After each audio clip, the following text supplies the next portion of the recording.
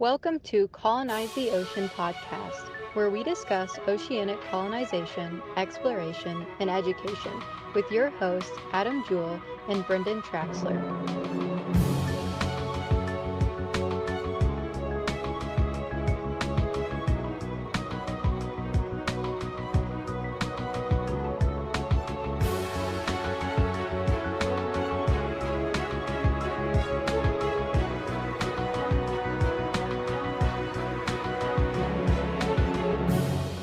You see that stark white ring around Lake Mead?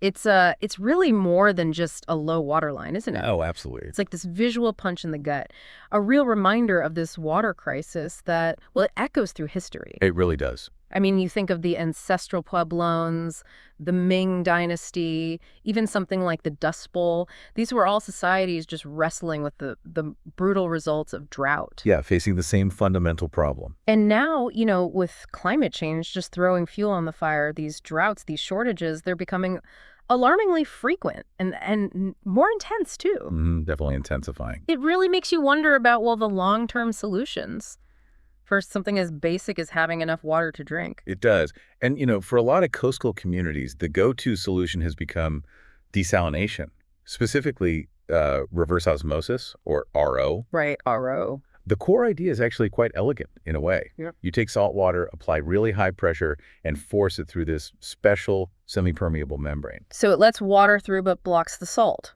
Exactly. Yeah. On the other side, you get fresh water. It's essentially filtering, but, on a microscopic level. You're overcoming that natural osmotic pressure that wants to keep the salt and water mixed together. Elegant in theory, yeah, but when you actually look at the energy involved, it feels, well, maybe less elegant. That's the catch. I mean, I saw a figure from 2016, the energy used globally just for desalination. It was comparable to the entire energy use of a country like Chile. Wow.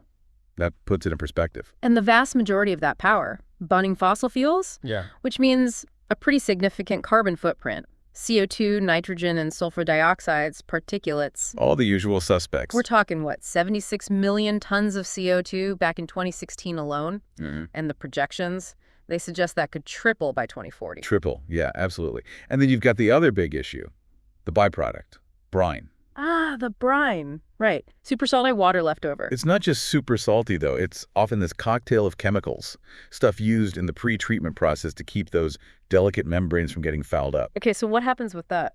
Well, discharging that concentrated brine back into the ocean, it can create dead zones. It depletes oxygen, puts huge stress on marine life, really disrupts those fragile coastal ecosystems. So here's the real question then. Can we keep relying on a process that, okay, it gives us vital fresh water, but it also carries such a heavy environmental price tag? That's the crux of it. And that's where this idea of deep-sea reverse osmosis, or DSRO, comes into the picture, right? I've seen companies like Ocean Well and Flotion mentioned. Exactly. They're exploring whether we can harness the immense pressure that already exists down in the deep ocean. Use that as a natural, less energy-hungry driver for reverse osmosis. So instead of massive pumps on land, you use the ocean's own depth. It's a fundamental shift. Okay, explain that. How does the depth help? Well, that feeling you get in your ears when you dive down just a few feet in a swimming pool. Yeah, that pressure building up. Right. That's hydrostatic pressure. Now imagine that same force, but multiplied exponentially at depths of 400 meters. That's over 1,300 feet down. Okay, yeah, that's a lot of pressure. DSRO basically aims to leverage that colossal natural pressure to push the water through the RO membranes instead of relying purely on energy-intensive pumps on the surface. That's a complete shift in perspective. So instead of these big plants on valuable coastal land, we're talking about putting desalination units right down on the seafloor. Ocean Well, for instance, they have these designs for 13-meter tall pods, almost 43 feet high. Pods on the seabed. Wow. And the vision isn't just a few scattered pods. It's more like underwater farms connected to subsea hubs that would handle the electricity supply and the data transmission. That sounds very futuristic, but is that kind of subsea infrastructure actually feasible, operating that deep? Well, it's interesting because that kind of deep water tech isn't entirely new. The oil and gas industry, they've been operating complex equipment at these sorts of depths for years. Oh, right. They have experience down there. Exactly. Think of something like the Ormen Lange gas field off Norway. That demonstrates that long-term complex subsea operations are definitely possible. So DSRO is kind of leveraging that existing expertise. Precisely.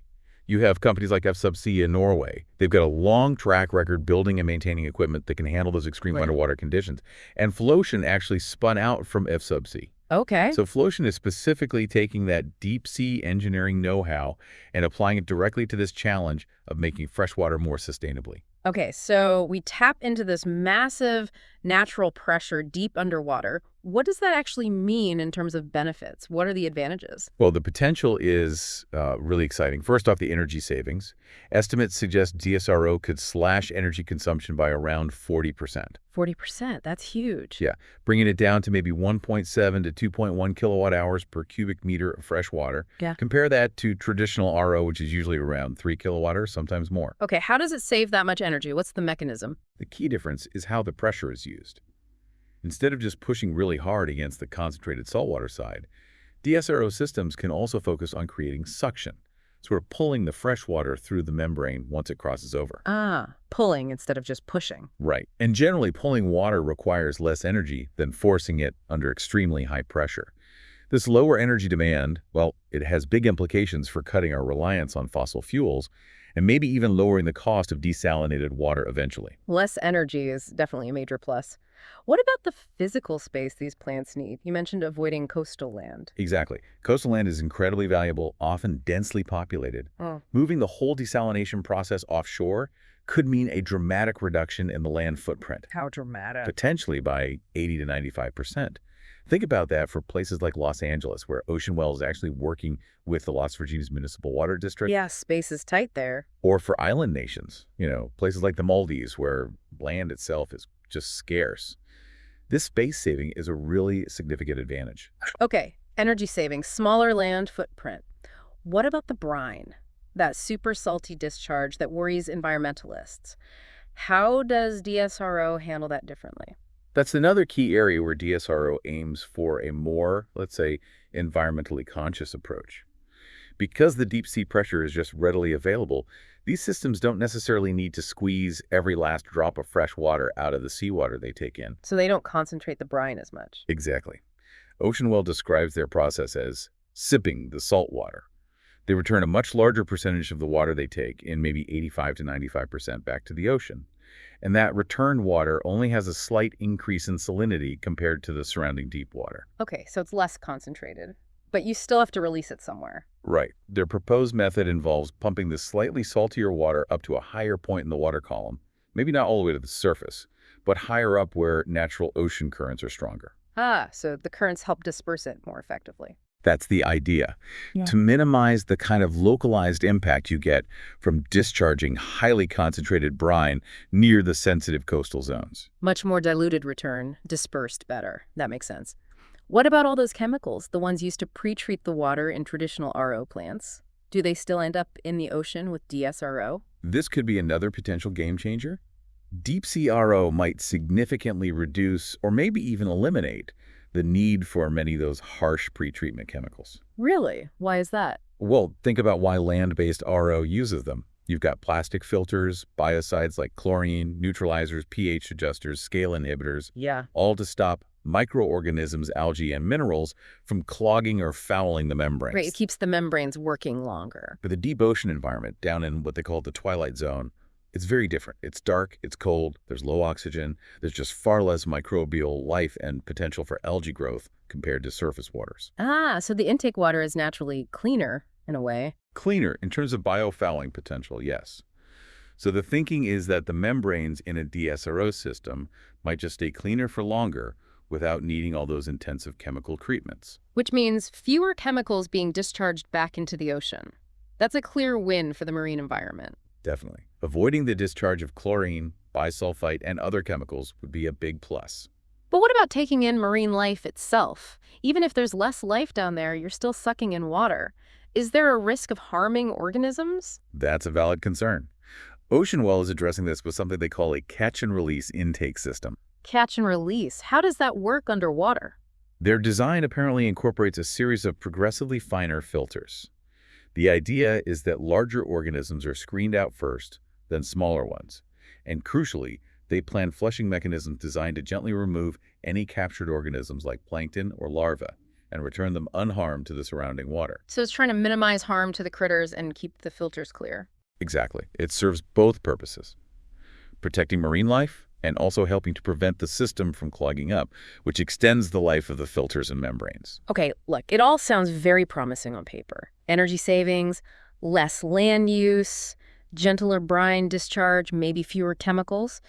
But surely operating complex machinery, hundreds or thousands of feet underwater, presents some major challenges. Oh, absolutely. It's not simple. The depth requirement itself is a big one. You need to be down typically 300 to 600 meters, maybe even deeper. That's 1,000 to 2,000 feet. Right. And usually that kind of depth isn't right offshore. You might need to go several kilometers out, maybe up to 10 kilometers or 6 miles. Which means long pipeline. Exactly. Long, potentially expensive pipelines to bring the fresh water back to shore. And you also need robust umbilical cables running out there too. What are the umbilicals for? They need to supply power to the underwater units for the pumps, doing the pulling, the sensors, the controls, and also transmit all the operational data back to shore. So the infrastructure cost is significant. Does it need to be done at a large scale to make sense financially? That's very likely. Achieving cost effectiveness will probably depend on deploying these systems at a pretty significant scale, like those underwater farms we mentioned. And powering these remote deep sea operations. That's key too, right? We talked about the fossil fuel dependence of traditional RO. How do you power DSRO sustainably? Ideally, yes, you'd want a sustainable power source. The long-term vision for many DSRO concepts involves integration with offshore renewable energy. Like offshore wind. Exactly. Imagine offshore wind turbines located relatively close to the DSRO installations. They could directly supply clean energy to power the whole process. That would further minimize the environmental footprint and could also help stabilize the energy costs for producing the water. That's a pretty compelling vision, an integrated offshore energy and water system. It is. What about the membranes themselves, though? Even if there's less biofouling down deep, they don't last forever, do they? No, that's true. While the deep sea environment might extend their lifespan somewhat compared to surface RO, the membranes themselves still need periodic replacement. How often? Generally, the estimate is still somewhere in the range of every 5 to 10 years, similar to land-based plants. And disposal is an issue. It is. The disposal of these used membranes is already a growing global concern. That 2016 estimate suggested around 14,000 tons of membrane waste were generated annually, and that number is likely higher now. So DSRO might solve some environmental problems like energy use and brine, but the membrane waste issue still needs tackling, regardless of the method. Yes, finding more sustainable end-of-life solutions for RO membranes is a challenge for the entire desalination industry, including DSRO. Okay, and just practically speaking, how do you even monitor and maintain these complex systems? Thousands of feet down, miles offshore. It sounds incredibly difficult. It's definitely complex, no doubt about it. But remember those umbilical cables? They don't just carry power out, they carry data back. Ah, so sensors on the pods. Exactly. Each pod would likely have an array of sensors monitoring pressure, flow rates, water quality, membrane performance, everything. This allows operators on shore to have real-time performance data. So you can see if something's going wrong. Right. You can detect issues early, maybe even remotely adjust operations or shut down an individual pod if it needs maintenance or replacement. But the actual replacement, you still need to physically swap out a pod or fix something down there. Yes, and that requires specialized equipment and expertise. But again, this is where the experience from the subsea oil and gas sector comes in. Companies like Flotion and another player called Colonize, they explicitly draw on that deep water operational experience. They know how to design systems for maintenance and how to actually perform those complex underwater tasks. It sounds like the technology isn't just theoretical then, it's actively being developed and tested. Are there actual projects happening? What's the timeline look like? Yes, things are moving forward. Ocean Well, for example, is aiming to launch a pilot project in 2026. A pilot in just a couple of years. Okay. And their plan includes a first commercial-scale plant, potentially in Los Angeles by 2028. Wow, 2028. How much water could that produce? The initial projection is around 95,000 cubic meters per day. That's about 25 million gallons. With the potential to double that output later, that could make a real difference for a city like LA. 25 million gallons a day. Yeah, that's significant. What about Flotion?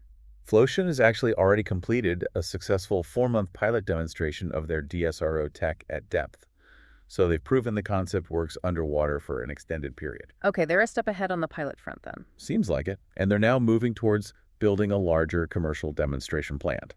That one's aiming for about 1,000 cubic meters per day, which is around 260,000 gallons. Smaller scale than Ocean Wall's commercial plan, but a crucial next step. So this idea of tapping into the ocean's own pressure to make fresh water, it might be closer to being a real-world option than many of us think. It seems that way. The progress is certainly encouraging. It definitely sounds like DSRO offers a pathway, maybe a significant one, towards making desalination more energy efficient and potentially more sustainable overall, especially for those coastal communities really feeling the squeeze from water scarcity. It does hold significant promise, yes. Yeah. But, it's also really important to keep it in perspective. DSRO isn't going to be a silver bullet for the global water crisis. Right. It only works if you're near a deep enough part of the ocean. Exactly. For inland regions, communities far from the coast, this obviously isn't an option. For them, continued efforts in water conservation, really improving wastewater treatment and reuse, innovative water management strategies, those remain absolutely vital. DSRO is potentially a powerful tool, but just one tool in the toolbox. That's a crucial point. So as we look at these growing challenges, trying to secure enough fresh water in a world with a changing climate, it really makes you think, could DSRO become a major part of the solution for coastal areas? Or are there still fundamental questions about, say, its long-term environmental impact or its scalability that we need to answer first? What aspects of this whole deep sea approach stand out most to you listening in? And what lingering questions does this deep dive raise for you about the future of our most essential resource?